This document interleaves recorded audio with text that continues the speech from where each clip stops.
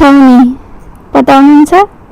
यदि बताउनुहुन्न भने र बताउनुहुन्छ भने पनि तपाईँहरू घुम्नै पर्ने ठाउँ हो बसन्तपुर दरबार क्षेत्र।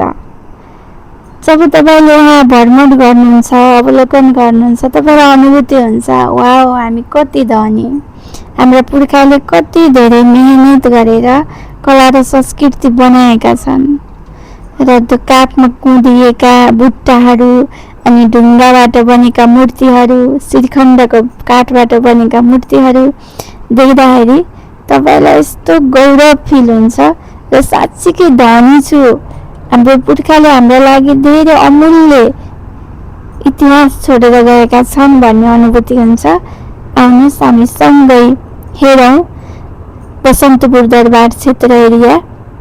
बसन्तपुर दरबार क्षेत्र एरिया छिर्दा बित्तिकै हामीले देख्छौँ नौतले मन्दिर टक्क, र यो अहिले भूकम्प पछाडि पुनर्निर्माण गरिएको मन्दिर हो र पुरानै संस्कृति पुरानै कला झल्किने गरेर निर्माण गरिएको छ। र हामीले देख्छौँ हनुमान ढोका, गद्दी बैठक, कुमारी घर, कालभैरवको मूर्ति, तलेजु भवानीको मन्दिर, काष्ठमण्डप, शिव पार्वतीको मन्दिर पनि देख्न सक्छौँ। विशाल सभ्य भव्य संरचना दरबार कसको पालादेखि बन्यो होला त? थाहा छ तपाईँहरूलाई?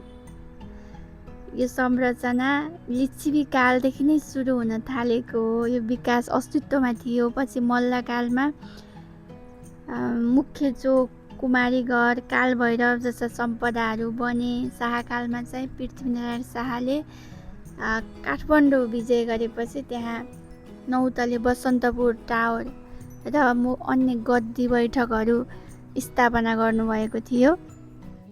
व्यापारिक प्रयोजनका लागि संस्कृति झल्किने चिनोहरू किन्न पाइन्छ। यहाँ धेरै व्यक्तिहरूले, हजारौँ व्यक्तिहरूले दैनिक भ्रमण गर्नुहुन्छ, अवलोकन गर्नुहुन्छ यहाँको सम्पदाहरू।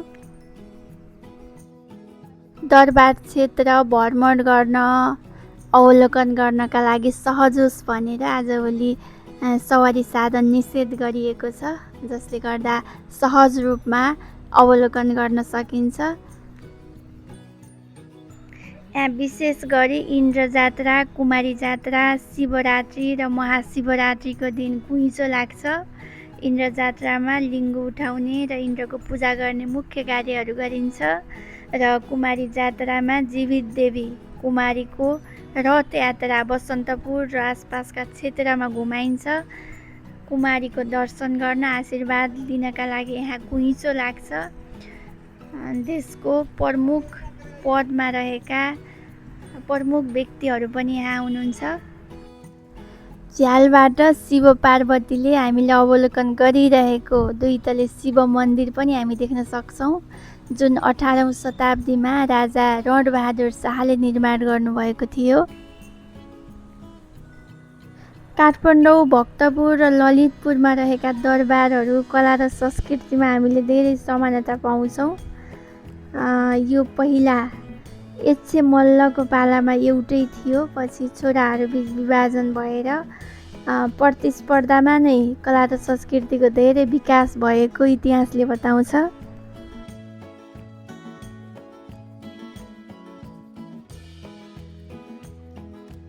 यहाँ हामीले उच्च बनाएर राखिएको प्रताप मल्लको शालिग पनि देख्न सक्छौँ। राजा प्रताप मल्लको प्रसिद्ध शालिग, जहाँ उहाँले नमस्कार गरिरहेको देख्न सक्छौँ।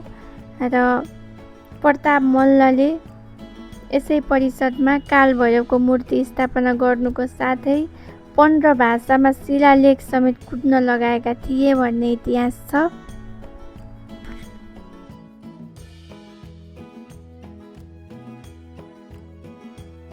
मल्ल राजाकी कुलदेवी तलेजुको मन्दिर पनि यहाँ छ, जुन वर्षमा एकपटक मात्र खुल्छ, महानवमीका दिन। भगवान शिवका उग्र रूप कालभैरव र सूत भैरवको दर्शन गर्न यहाँ भिड लाग्छ। एउटै ढुङ्गाबाट बनेको कालभैरवको विशाल मूर्तिलाई सत्य र न्यायको प्रतीकका रूपमा मानिन्छ र यसको अगाडि झुट बोल्दा पाप लाग्ने जनविश्वास छ। श्वेत भैरवलाई वर्षभरि नै काठको जालीमा छोपेर राखिन्छ र इन्द्र जात्राको पर्वमा मात्र खुल्ला गरिन्छ। यसरी आज हामीहरूले बसन्तपुर दरबार क्षेत्र, हनुमान दरबार पनि भनिन्छ, दरबार स्क्वायर पनि भनिन्छ, त्यसको अवलोकन गऱ्यौँ र तपाईँहरूलाई भिडियो मार्फत दर्शन गरायौँ। भिडियो कस्तो लाग्यो प्रतिक्रिया दिनुहोला। पाटनको भिडियो पनि च्यानलमा छ, हेरिदिनुहोला, प्रतिक्रिया दिनुहोला। Thanks for watching. काल भैरवले, श्वेत भैरवले हामी सबैको रक्षा गरून्। जय नेपाल, जय संस्कृति।